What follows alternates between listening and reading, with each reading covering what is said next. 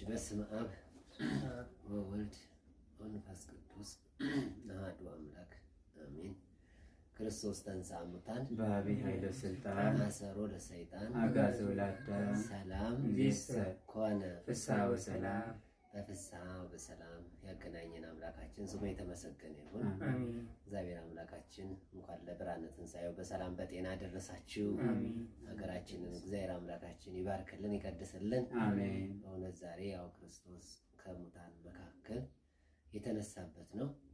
በመዝሙረ ዳዊትም በመዝሙር 77 በቁጥር 65 ላይ እንዲህ ይላል፣ ወተንሥአ እግዚአብሔር ከመ ዘንቃምነዋ ወከመ ኃያል ወህዳገ ወይን ወቀተለ ጸሩ በድሬው ይላል። ምን ማለት ነው? እግዚአብሔር እንዳይን ጥቅሻ ሆኖ ከሙታን መካከል ይነሳል ብሎ የተናገረው ነቢየ እግዚአብሔር ቅዱስ ዳዊት ነው። ስለዚህም ቀድሞ በነቢያትም የተነገረው ዛሬም ደግሞ በሐዋርያት እየተሰበከ የሚኖር በሊቃውንቱ እየተነገረ የሚኖር አምላካችን ነውና እስከ ዓለም ፍጻሜ ድረስ ያው እግዚአብሔር ከሐዋርያቱ ጋር እንደሆነና ከኛም ጋር ስለሆነ አሁንም እግዚአብሔር አምላካችን ደግሞ ከኛ ጋር እንዲሆን በዓሉን በዓለ ሰላም በነፍስሳ እንዲያደርግልን የአምላካችን ቅዱስ ፍቃድ ይሆንልን። እግዚአብሔር አምላክ የቀረበውን ማዕዱን ይባርክልን ይቀድስልን። ሀገራችን ኢትዮጵያን ሰላም ያደርግልን። ሀገሩን ከጥፋት ሕዝቡን ከስደት ይጠብቅልን። ይቀበልልን። አቡነ ዘበሰማያት ኢየሱስ ክርስቶስ ከምድር እንደመጣ በስመ አብ ወወልድ ወመንፈስ ቅዱስ በስመ አብ ወወልድ ወመንፈስ ቅዱስ አሐዱ አምላክ እግዚአብሔር ይባርክ።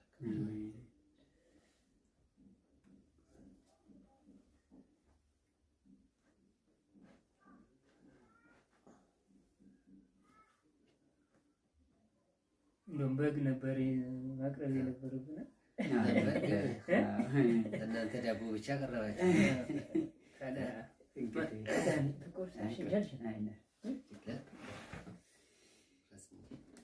ወደፊት በጎ አይቀርም እንግዲህ አድሮም ሊሆን ይችላል። ዞሮ እስኪመጣ ድረስ እንግዲህ ከካሜራ ጀርባ ሊሆን ይችላል፣ አይታወቅም። ከዛ ወዲያ ሊሆን ይችላል ወይ እንግዲህ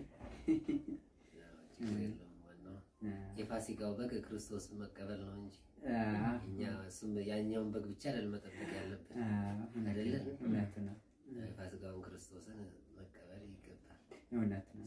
ስለኛ ብሎ እኮ ያው በመስቀል ላይ ራሱን ሰውቶ ስጋውን ቆርሶ ደሙን አፍስሶ ለእኛ ሰጥቶናል። ይህንን የሰጠንን ነው እኛ ማመስገን ያለብን። ብዙም ስጋ አንጠብቅም ለማለት ነው። በጣም እውነት ነው። ዞሮ ያው በዓል ስለሆነ ያንን ለማምሰል ያው በግ ይታረዳል። ያው የቤተሰቡ ደስታ ይሆናል ማለት ነው። እግዚአብሔር ጸጋ በረከቱን ይስጥልን፣ በሰላም ደግሞ ያድርሰን። አሜን።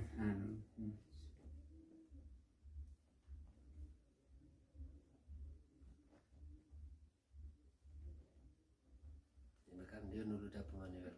እንበላለን ያለነው ሶስት ነን። ከካሜራ ጀርባ ብዙ ሰዎች አሉ እንዴ? እነሱም ስጧቸው እና እንትን አንድ ትንሽ ስጦታ ነበረችኝ እንግዲህ ለትንሣኤ በዓል ሰው ዳቦ ማክፋይ ሲሄድ ዳቦ ግማሹ በግ ይዞ ነው ወደ ዘመድ አዝማድ ጥየቃ የሚሄዱት እና እኔም ደግሞ እስቲ አሁን ለትንሣኤ መጥምቀ መለኮት ቅዱስ ዮሐንስ ሲወርድ ባዶ እጄን አልወርድም፣ ግማሹ ሷፍ ምጣንን ሁሉም ነገር ይዞ ነው ወደ ገዳም የሄዱት። እኔ ደግሞ እስቲ እቺም ነገር በራሴ ያዘጋጀሁት ነውና እንደው አባታችን አስተያየትም በዛው እንዲሰጡ እኔ በቃ ውስጥ የሚያረካኝ ነገር ነው የሰራውና የሚስተካከል ነገር ካለ አስተያየት እንዲነግሩኝ እፈልጋለሁ። በመስተዋት አድርጌ እቺን እዛ ዮሐንስ ለማድረስ ፈልጌ ነበር እና በእጄ ነው የሰራኋት። እቺ ከብርሃንና ከፍየል ቆዳ ነው የተሰራው። በብርሃን ላይ የተሰራው እና ትናንትና ነው ስሰራ የዋልኩኝ። በጣም እኮ እጹብ ድንቅ እኮ ነው። ይሄን እኮ እንግዲህ ወንጌላዊ ሉቃስ የሳለው ነው። ትናንትና እዚህ ላይ ነው የዋልኩት። በጣም ልዩ ነው። በጣም ልዩ ነው። እውነት የቱ ጋር እንዳበላሸው እናንተም ደግሞ በኮሜንት ያው የቱ ጋር እንደማስተካከል ንገሩኝ። ገና ብዙ ይቀረዋል። መስተዋት አለ። በፍሬም አሳምሬ ነው ዮሐንስ ጀምሮቸው ማለት ነው። ይሄ ደግሞ በጣም በብራና መሆኑ ልዩ የሚያደርገው ነገር ብራና ነው። የቀረው አሁን በወረቀት ሲሰራ ይቀደዳል።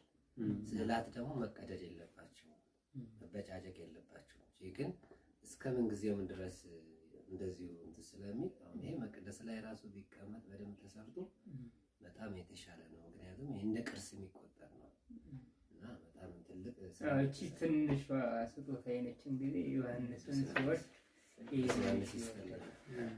እድሜና ጤና ይስጥልን፣ ጸጋ በረከት። የቀሩትም ታዲያ ይህንን እየተመለከቱ ስዕላትን ሲሳሳብ በተለይ የሚስል ሰው እንደዚህ በብራና እየተደረገ በውድም ቢሆን ቢሸጥ ይሻላል እንጂ በብራና ሆኖ በወረቀት ከሚሆን ይልቅ በየቤታችሁ ስታደርጉ እንደዚህ በብራና የተሳለ ቢሆንና በፍሬም የተሰራ ቢሆን የተሻለ ነው እና ጥሩ ነው ማለት ነው።